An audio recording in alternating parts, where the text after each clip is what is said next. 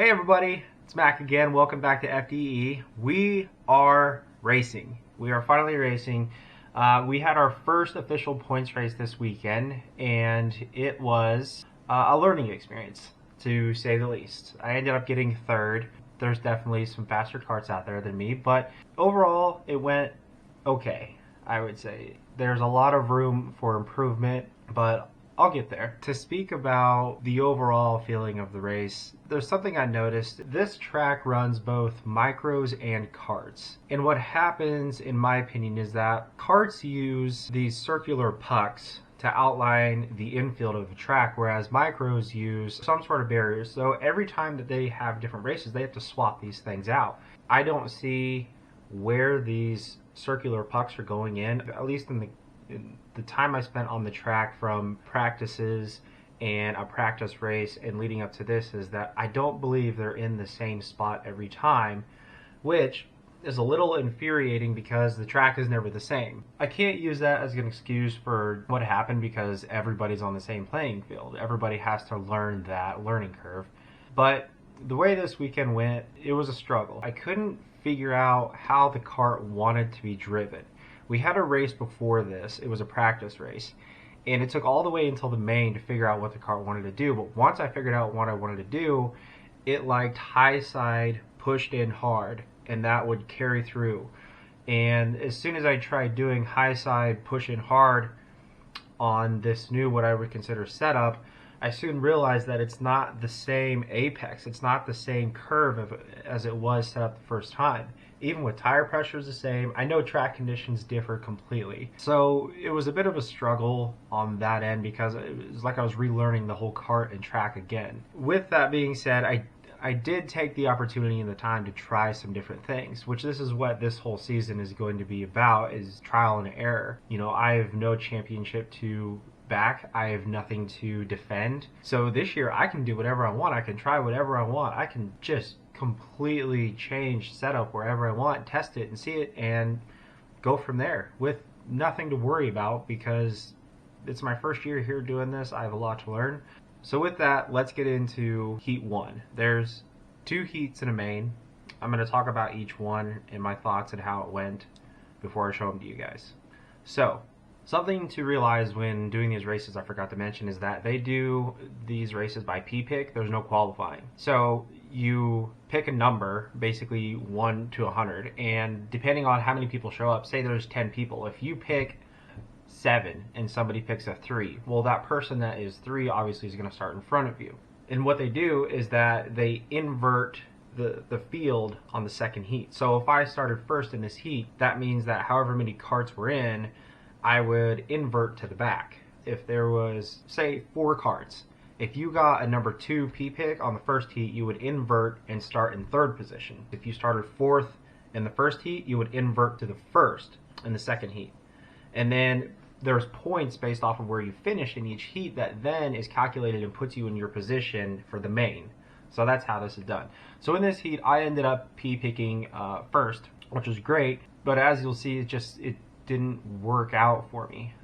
Something I did realize, and I just remembered, is that looking at the MyLaps data, I had the fastest laps, and they were consistent fast laps. The problem is I just couldn't drive.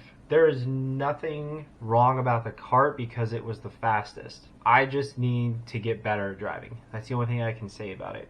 It's unfortunate to have to let off the gas too when you're hitting turns because you're not sure what the kart is going to do. Those karts should be going in full bore.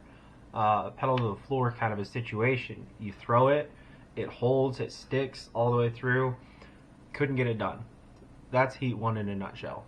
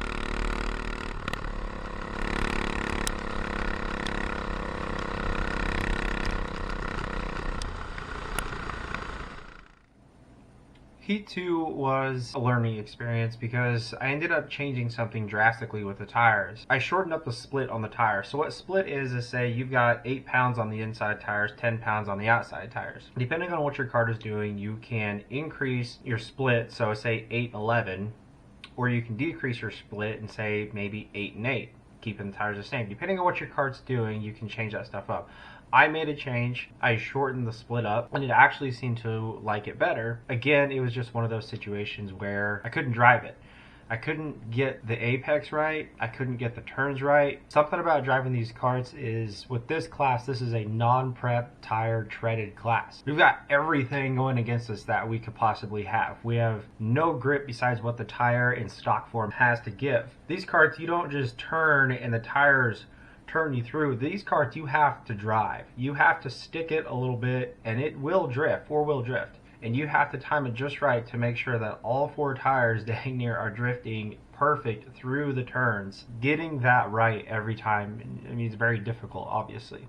But again, it comes back to just the driving aspect of it. I didn't drive it correctly. The kart felt actually pretty dang good. Unfortunately, started in 3rd, caught back up a little bit. It just off and on, off and on. I got to work on consistency. That's about all I can say about Heat 2.